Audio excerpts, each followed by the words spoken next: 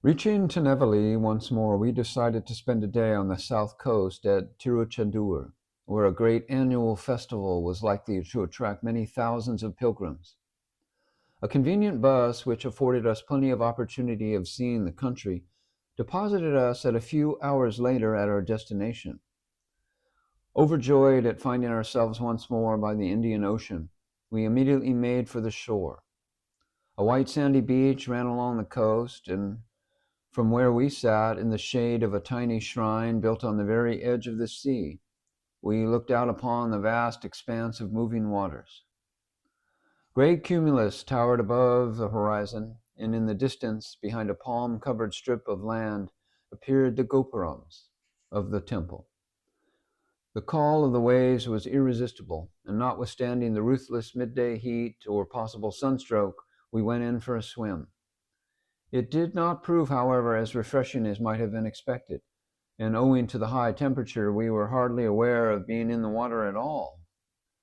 Nevertheless, feeling clean and rested, we were now anxious to join the pilgrims and directed our steps towards the temple. There is something unique and wonderful in a place of worship, thus situated where land and ocean meet. Between the sculptured columns of the halls and the outer galleries appeared only sky, sand, and sea, while the sound of the waves ever beating upon the shore spoke of a timeless eternity. From the top of a long flight of steps, we looked down towards the entrance to the sanctuary. Surrounded by hundreds of people who were intensely curious as to our presence amongst them, we sat down, and all silently followed our example.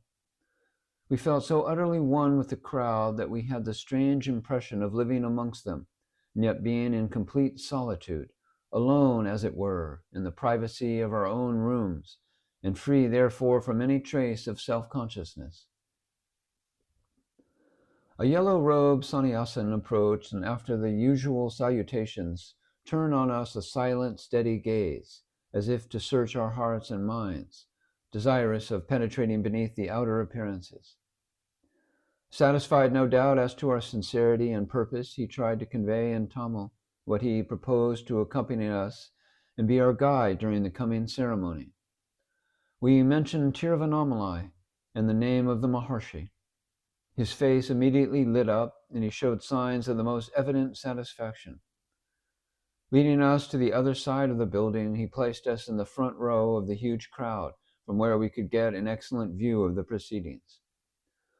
Over 10,000 pilgrims were gathered, and we found ourselves in a sea of dark, half-naked figures, controlled with great difficulty by the police and the local scouts.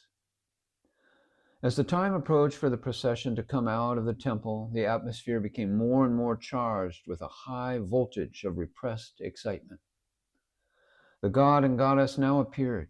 They were carried aloft on the sturdy shoulders of 40 strong men and passed slowly along the central passage, accompanied by the beating of drums and cymbals. The religious fervor now reached its climax.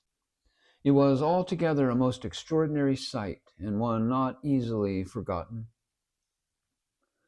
Exhausted by all we had seen and done, we went down to the shore and lay on the sand at the foot of a half-dead tree trunk, twisted by the wind into fantastic shapes.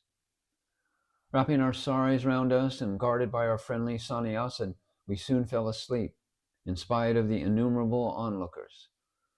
The sun had nearly sunk to the horizon when we returned to the town.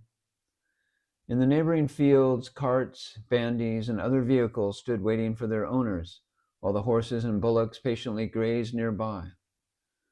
The religious festival being also the occasion of a fair, the market was covered with goods, amongst which we noticed earthenware pots and vessels of every kind and description, but all beautiful in shape and color.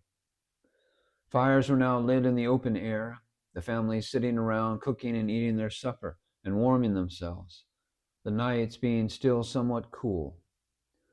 Many a picture worthy of an artist's brush delighted our eyes as the leaping flames made the unfamiliar faces glow and stand out amidst the encircling darkness. After 3 hours waiting, the bus eventually arrived and took us back to Tinnevelly, after what seemed to us a whole lifetime of experience compressed into a single day. We had now reached the most southern point of India and stood on Cape Comorin. In front stretched the immensity of the ocean. Behind, reaching nearly to the coast, appeared a range of mountains so unique in their shape and color that they seemed altogether unreal. The beach was deserted, and the surf dashed against the rocks on which boats had frequently come to grief. The temple was strictly guarded, and we were not even allowed into the outer precincts. Walking round the building, we came across a ruined wall on the seafront composed of stones, pillars, and broken fragments from the temple, which many a museum would have been proud to possess, but which were left to the mercy of the waves. It is told that in the olden days a goddess came to Cape Comorin to wed the god. Fate, however, decreed otherwise, for she arrived a day late, and the marriage could not be performed, and the Kali Yuga having begun, and the gods no longer being permitted to marry. Great quantities of rice had been prepared for the wedding feast, and this was miraculously turned into stone and strewn upon the shore, while the bridal rubies appeared as countless gems upon the sand. Be this only a beautiful legend, the substance of it remains.